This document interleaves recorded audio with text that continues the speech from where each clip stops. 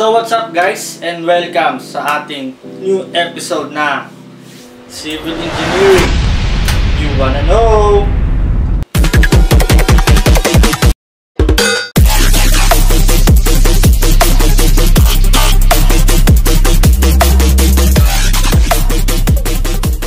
So what's up sa inyo mga kayoyo? Ngayon ay papakita ko lang po sa inyo yung mga review books na aking mga ginagamit sa aking pagre-review bilang preparation sa nalalapit na board exam. So ang CE board exam po natin ay hindi po natin sure kung hindi ko po sigurado kung matutuloy po yung November, and sana po matuloy po siya.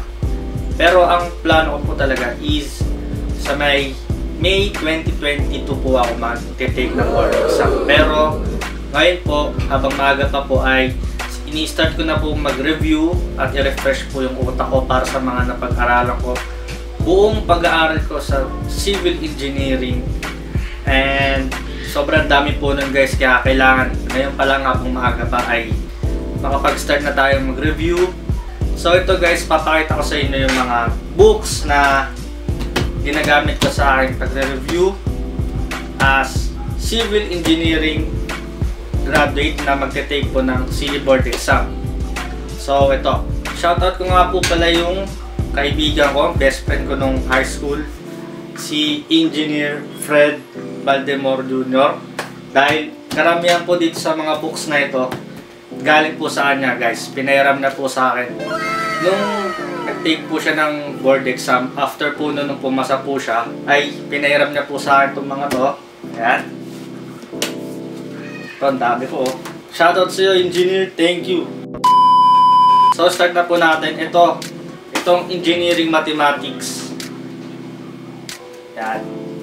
By Gilisanya. So, ito binili ko po ito sa Shopee. 180 pesos lang po siya. So, dito po sa book na to, maaaral nyo dito iba't ibang problems and may mga formulas. Lahat po, may mga problem na solution po dito. About sa algebra, yan, plane trigonometry, spherical trigonometry, solid mensuration, meron din analytic geometry, and yung mga iba't iba pang mga naging past board exam questions na may mga solution po dito. So, ang format po nitong book na to ay papakita na po muna yung mga formulas na mga magagamit nyo, and then after, magbibigay po siya ng mga sample problems. And ang maganda po doon, hindi po agad na pinapakita yung mga solution.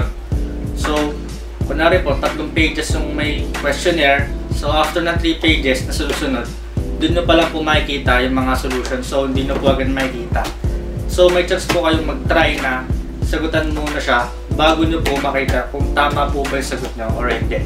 Okay? So, maganda po itong book na to. Sa mga magte-take po, recommended ko po ito dahil sobrang mapapractice po kayo dito, lalo na sa mga basic mathematics natin. So next po natin na book, ito po ay yung Fluid Mechanics and Hydraulics 4th edition by Gilisanya rin po guys. Ito, sobrang helpful din nito dahil all about sa mga water subjects natin like fluids, hydraulics, nandito na po lahat guys. And sobrang madali na po maintindihan kasi meron po siya mga explanation na medyo mas madali siyang maunawaan compare sa mga dinidiscuss ng ating mga prof. And nandito na rin po lahat ng formulas, mga conversions. Nung nag-aaral pa lang po ako, ay ginagamit ko na po ito. Tsaka madali po talaga maintindihan ng mga subject and topic dito sa book na to. Ito naman guys, Strength of Materials 4th edition by Andrew Biddle and Ferdinand Singer. So dito, Strength of Materials, ito paboritong to ng mga CE student dahil sa sobrang paborito po nila, ilang beses po nila itong tinitake. And isa po ako dito sa naging paborito to. So yun, di ko po ito masyadong ginamit nung nag-aaral pa ako kasi medyo nahirapan po ako sa mga terms na ginagamit nila dito kung paano nila in-explain yung principles about strength of materials. So ang ginawa ko po nun ay talagang nag-base po ako sa may internet lang po, dun sa may matalino.com. So, pag about po sa strength of materials, dun po ako nagre-review. So, recommended ko rin po sa mga CE board takers dyan. Try nyo rin po yung matalino.com guys dahil madali lang pong maunawaan yung mga explanation ng bawat topic doon, lalo na sa strema, dahil dito po sa book na to medyo nahirapan po at nalulula po ako, napakadami po ng dami pong mga nakasulat, parang nakakatamad basahin. Pero doon po sa matalino.com guys, sobrang basic, pinapaikli nila yung explanation para mas madaling maunawaan ng mga estudyante. So doon ako nagre-review pagka strength of materials. So next po natin, ito naman pong Structural Engineering and Construction Volume 3 by Besavilla. Ayan. So guys, dito naman sa book na to, sobrang malulula po kayo dahil start po sa may statics, sa strength of materials, timber design, theory of structure, 1 and 2 po yun kasi dalawa po yun. Meron din po tayong steel design, and syempre hindi po mawawala yung paborito ng lahat, yung RCD or yung reinforced concrete design. So hindi dito po lahat yun guys. Maganda po dito sa libro na to guys, hindi po magkakahalo yung bawat subject kasi po meron po ibang mga review book na kung saan kunwari yung number 1 ay tungkol sa statics, number 2 naman magiging steel design, number 3 magiging strength of materials. Ito po, bawat part po niya ay iba-ibang subject. For example, buong timber page 100 to 120, ganun. So ayan, pero maraming pages po to, up to 685 pages po siya, so magsasawa po kayo mag-solve dito. And ito naman guys, yung Surveying for Civil and Geodetic Licensure Exam by Besavilla. So ayan, kung sana malinaw siya. So based pa lang dito sa may title niya, about surveying po siya. So starting po sa may elementary surveying, higher surveying, and engineering surveying. So dito na po lahat. Katulad po ng isang libro na nasabi ko kanina, pinapakita na muna yung mga formulas bago po magkaroon ng mga questions. So ayan. So meron din po dito sa may transportation engineering natin. Ayan, meron din po siya dito. And sa mga earthworks, and marami pa pong iba. Basta about sa surveying, elementary surveying hanggang transportation engineering. So ayun, tsaka kasama na rin po yung highway engineering. Okay? And lastly, ito pong dalawa na pandagdag po sa mga reference na ating pwedeng aralin ay itong Civil Engineering Reference for Licensure Examination Volume 3 by Gilisania. Ayan, pinahirap din po sa akin yan. And itong Civil Engineering Reference Volume 4 naman po, 3rd edition by Gilisania rin po siya. So ito, marami ka rin po dito matututunan and mapapractice ka po talaga sa pagsosolve. And dito naman po sa mga libro na to guys, hindi po siya naka-by part yung mga subject. So bawat question po na, bawat set of questions ay halo-halo na po yung mga tanong. So meron po siyang may RCD, meron ng fluids. So magkakahalo, kaya medyo mahirap naman po siya kasi talagang aalalahanin mo kung saan galing yung tanong. Ito, gagawa po sana ako ng ganito kaso binigyan na ako nung kaibigan ko nga.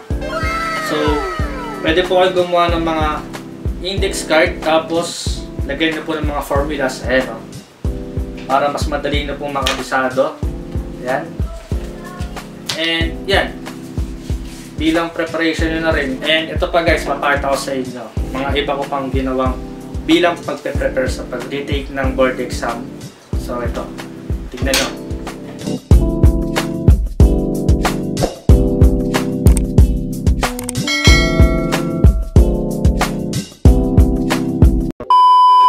So I guess hanggang doon na lang po muna nga kayo masishare ng mga review books para po sa pag-take ng CE board exam. So sa mga mag-take po dyan this November and sa mga susunod pang taon ay mag-review po tayo ng maigi and good luck po sa inyo lahat. Sana po lahat po tayo makapasa, kahit ako. Kaya po natin yan. Huwag lang po tayong tamarin. Mag-review lang po tayo ng mag-review. Practice lang tayo ng practice mag-solve. Manood ng mga YouTube videos about sa engineering field, and pray lang po tayo na bigyan tayo ni Lord ng wisdom and ng kasipagan para makapag-review tayo araw-araw. Huwag din po natin kalimutan na kapag nagre-review tayo, kung nararamdaman nyo na medyo napapagod na yung utak nyo, ay hindi naman po masama na magpahinga or mag-rest. Pwede po kayong manood ng movie, dahil nga di na pumapasok o di na nagsisink in sa utak nyo yung mga inaaral nyo, pwede naman po yun. Kung mag-coffee kayo, or maglaro muna kayo ng Mobile Legends, pero huwag nyong masyadong adikin. Okay? So yun lang guys. Good luck sa mga magte-take, and di pala good luck. Make things happen. Okay? Kung nakatulong po itong video ko sa inyo para sa mga estudyante dyan na nahihirapan maghanap ng mga review books na gagamitin nila sa pag-aaral nila para makapag-prepare sa exam, at huwag nyo na pong kalimutan na i-like and i-share ang ating video, and subscribe na rin po kayo and i-hit ang notification bell para naman po maging updated pa po kayo sa mga susunod kong video about sa civil engineering field. So, yun lang po guys. Nasusunod na kabanata mga kayoyo. Civil engineering. You wanna know? Signing off.